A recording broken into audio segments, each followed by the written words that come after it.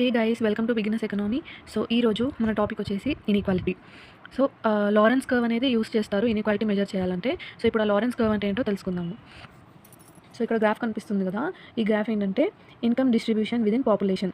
ఈ graph represent చేస్తుంది అనమాట. అంటే ఎంతమంది జనాలు ఉన్నారు, వాళ్ళ యొక్క ఆదాయం ఎంత, అండ్ వాటి మధ్యలో వాళ్ళు గ్రాఫ్ వేస్తారనమాట. గ్రాఫ్ వేస్తే ఇప్పుడు ఇలా స్ట్రైట్గా 45 degrees యాంగిల్ వచ్చింది అనుకోండి, అలా వస్తే పర్ఫెక్ట్ ఈక్వాలిటీ లైన్ అని అంటారు అనమాట. పర్ఫెక్ట్ ఈక్వాలిటీ ఉంది ఆ కంట్రీలో అనిపేసి అంటారు. లేదు, అక్కడ పాపులేషన్కి ఇన్కమ్ అనేది అంటే వాళ్ళ ఆదాయం ఈక్వల్గా రావట్లేదు అనుకోండి, ఆ కర్వ్ ఇలా వచ్చేస్తుంది అనమాట. సో ఈ పర్ఫెక్ట్ లైన్కి దీనికి ఎంత గ్యాప్ అయితే ఉందో ఆ గ్యాప్ మొత్తం వచ్చేసి గినీ కోఫిషియంట్ అని చెప్పేసి అంటారు. సో ఈ గినీ కోఫిషియంట్ రేంజ్ ఏంటంటే 0 to 1 మధ్యలో ఆ వాల్యూ ఉంటుంది. సో ఆ వాల్యూని బట్టి ఇన్ఈక్వాలిటీ ఎంత ఉంది అనేసి కనిపెట్టవచ్చు అనమాట. సో గినీ కోఫిషియంట్ అంటే డిగ్రీ ఆఫ్ ఇన్కమ్ ఇన్ఈక్వాలిటీ, అంటే ఎంత ఇన్కమ్ ఇన్ఈక్వాలిటీ అనేది ఉందో అది మెజర్ చేస్తుంది అనమాట. సో ఇక లారెన్స్ కర్వ్ అంటే income distribution with in population. ఇక్కడ చెప్పుకున్నాం కదా, ఎంత పాపులేషన్ వాళ్ళ యొక్క ఆదాయం ఎంత, దాన్ని గ్రాఫికల్ రిప్రజెంటేషన్లో చూస్తే లారెన్స్ కర్వ్ అనేది ఎంత డిస్ట్రిబ్యూషన్ ఉంది పాపులేషన్లో, ఆ ఇన్కమ్ డిస్ట్రిబ్యూషన్ ఎంత ఉంది విదిన్ ఆ పాపులేషన్ అనేది తెలుస్తుంది లారెన్స్ కర్వ్లో. సో దీంట్లో గినీ కోఫిషియంట్ రేంజ్ 0 to 1 అని చెప్పేసి అనుకున్నాం కదా, అది ఎలా తెలుస్తుందంటే ఇప్పుడు ఇందాక చెప్పుకున్నాం కదా, ఇప్పుడు సపోజ్ ఇది పాపులేషన్, ఇక్కడ జనాలు, ఇక్కడేమో వాళ్ళ యొక్క ఆదాయం వాళ్ళు ఎంత సంపాదిస్తున్నారని. ఇక్కడ 50% పీపుల్ ఉన్నారనుకోండి, వాళ్ళందరికీ శాలరీ కూడా 50% వస్తుంది అనుకోండి. ఓకే, అంటే ఈక్వల్ నెంబర్ ఆఫ్ పాపులేషన్ అంటే ఈక్వల్ నెంబర్ ఆఫ్ ఇన్కమ్ అనమాట వాళ్ళకి. సో అప్పుడు యాంగిల్ ఏమవుతుందంటే 45 degrees యాంగిల్లో ఒక పర్ఫెక్ట్ లైన్ అనేది వచ్చింది అనుకోండి, అప్పుడు ఆ కంట్రీలో ఈక్వాలిటీ ఉంది అని చెప్పేసి అర్థం అనమాట.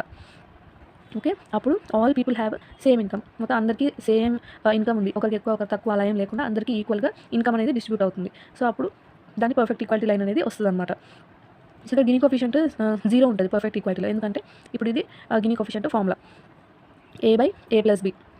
ఓకే, ఈ ఫార్ములా ఎక్కడ నుంచి వచ్చిందని ఇక్కడ ఫస్ట్ ఒక కాన్సెప్ట్ ఉంది, చెప్పుకున్నాక ఇది దీనికి వస్తే మనకి ఇది అర్థమవుతుంది.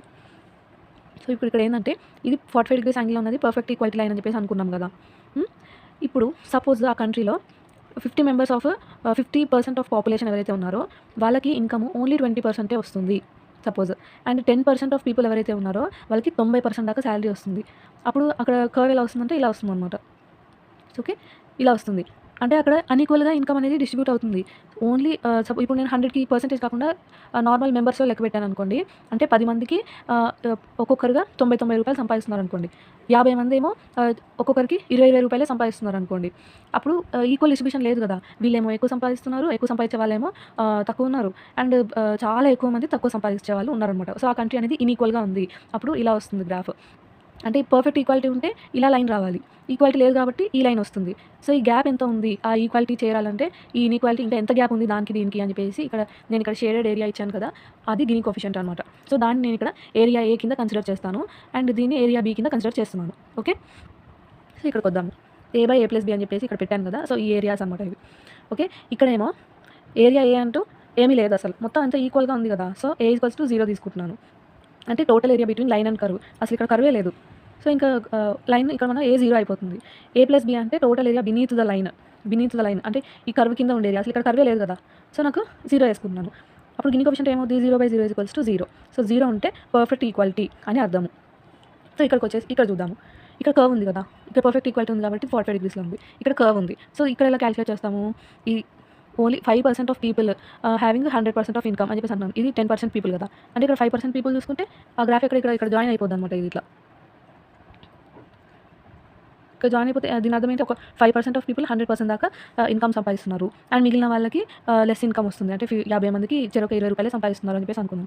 ఇది అప్పుడు ఇక్కడ ఏమవుతుంది, అన్ఈక్వల్గా ఇన్కమ్ డిస్ట్రిబ్యూషన్ జరుగుతుంది. ఇన్కమ్ ఎవరికి ఈక్వల్గా రావట్లేదు, కొంతమందికి ఎక్కువ కొంతమంది తక్కువ వస్తుంది. సో అప్పుడు గినీ కోఫిషియంట్ ఏమవుతుంది, A/A+B అని చెప్పేసి అన్నాము.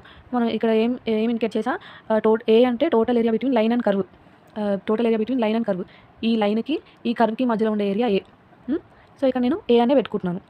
ఇక్కడ B ఏమైపోతుంది మరి, total area beneath the line. So ఈ లైన్ కింద ఉన్న ఏరియా B అనమాట. సో ఇక్కడ ఏమవుతుంది, ఇక్కడ నేను 0 వేసుకుంటున్నాను, అసలు ఇక్కడ యాంగిలే లేదు, నాకు ఇక్కడ యాంగిలే ఫామ్ అవ్వట్లేదు, స్ట్రైట్ లైన్ కాదు కదా. సో నేను B = 0 వేసుకున్నాను. సో ఇక్కడ 0 వేసుకోవాలి మనం. గినీ కోఫిషియంట్ ఏమవుతుందంటే అప్పుడు A/A+0, A/A = 1. అంటే ఇప్పుడు గినీ కోఫిషియంట్ ఒకవేళ 1 వచ్చింది అనుకోండి, అక్కడ ఇన్ఈక్వాలిటీ అనేది ఉంది అని చెప్పేసి అంటారనమాట. సో ఇక్కడ గినీ కోఎఫిషియంట్ 1 ఉంటే ఇన్ఈక్వాలిటీ ఇన్ ఇన్కమ్ ఎవరికి ఈక్వల్గా రావట్లేదు, అన్ఈక్వల్గా డిస్ట్రిబ్యూట్ అవుతుంది.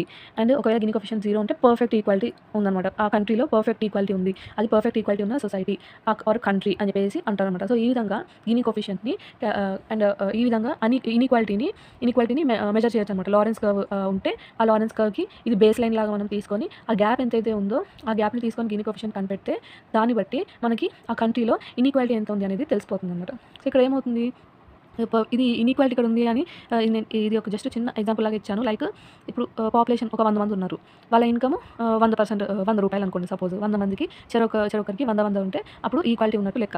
బట్ ఇక్కడ ఈ కర్వ్ బీలో ఈ కర్వ్ లారెన్స్ కర్వ్లో ఏదైతే ఉందో అంటే ఆ 100 మందిలో 10 మంది మాత్రమే 80 రూపాయల దాకా సంపాదిస్తున్నారు. అంటే మిగిలిన 90 మంది ఉంటారు కదా, ఆ 90 మంది 20 రూపాయలు సంపాదిస్తున్నారు అనమాట. సో అక్కడ ఇన్ఈక్వాలిటీ అనేది ఉంది. ఇది ఇన్ఈక్వాలిటీ ప్రజెంట్ ఉన్న కర్వ్కి ఎగ్జాంపుల్ అనమాట ఇది. సో ఇది ఆక్స్ఫామ్ ఇంటర్నేషనల్ అనేది ఈ డేటా అనేది ఇస్తుందన్నమాట ఇన్ఈక్వాలిటీ గురించి. అంటే how many percentage of people are having how much percentage of income, ఎంతమంది పర్సెంటేజ్ జనాలకి ఎంత పర్సెంటేజ్ ఆఫ్ ఆదాయం అనేది వస్తుంది, వాళ్ళు ఎంత సంపాదించుకుంటున్నారు అని ఈ డేటా అనేది ఇది ఇస్తుందన్నమాట. సో కంక్లూడ్ చేస్తున్నాను, ఇన్ఈక్వాలిటీ అంటే ఇన్ఈక్వాలిటీని లారెన్స్ కర్వ్ గీసుకొని దాని ద్వారా మనం మెజర్ చేసుకోవచ్చు ఎంత ఇన్ఈక్వాలిటీ ఉందని. అంటే ఎంతమంది జనాలకి ఎంత ఇన్కమ్ వస్తుంది అని గ్రాఫ్ వేసుకొని ఆ గ్రాఫికల్ రిప్రజెంటేషన్ ద్వారా మనం గినీ కోఎఫిషియంట్ని ఆ కర్వ్ ఎంతైతే ఆ డేటా పాయింట్స్ ఏవైతే ఉంటాయో మనకి ఆ డేటా పాయింట్స్ని మనము పాయింట్ చేసి ఆ కర్వ్ గీస్తే మనకు కర్వ్ వస్తుంది, లారెన్స్ కర్వ్ అంటారు దాన్ని. సో ఆ లారెన్స్ కర్వ్కి బేస్ లైన్ ఏదైతే పర్ఫెక్ట్ లైన్ అనేది ఉంటుందో దానికి మధ్యలో ఉండే ఈ షేడెడ్ ఏరియా ఏదైతే ఉందో దాన్ని గినీ కోఎఫిషియంట్ అంటారు. సో దాన్ని క్యాలిక్యులేట్ చేసుకోవాలి మనము గ్రాఫ్ వేసాక. ఇలా గినీ కోఎఫిషియంట్ ఒకవేళ 45 degrees యాంగిల్ ఇలా స్ట్రైట్గా ఉంటే అప్పుడు అది 0 అవుతుంది. 0 ఉంటే పర్ఫెక్ట్ ఈక్వాలిటీ ఉన్నట్టు అర్థము. ఒకవేళ అది కర్వ్ లాగా ఉంటే అప్పుడు గినీ కోఎఫిషియంట్ =1 అండ్ అక్కడ ఇన్ఈక్వాలిటీ ఉంది అని అర్థం. సో ఈ క్లాస్లో మనం ఇన్ఈక్వాలిటీ గురించి తెలుసుకున్నాము. సో నెక్స్ట్ క్లాస్లో అన్ఎంప్లాయ్మెంట్ గురించి డిస్కస్ చేద్దాం. Okay, bye guys.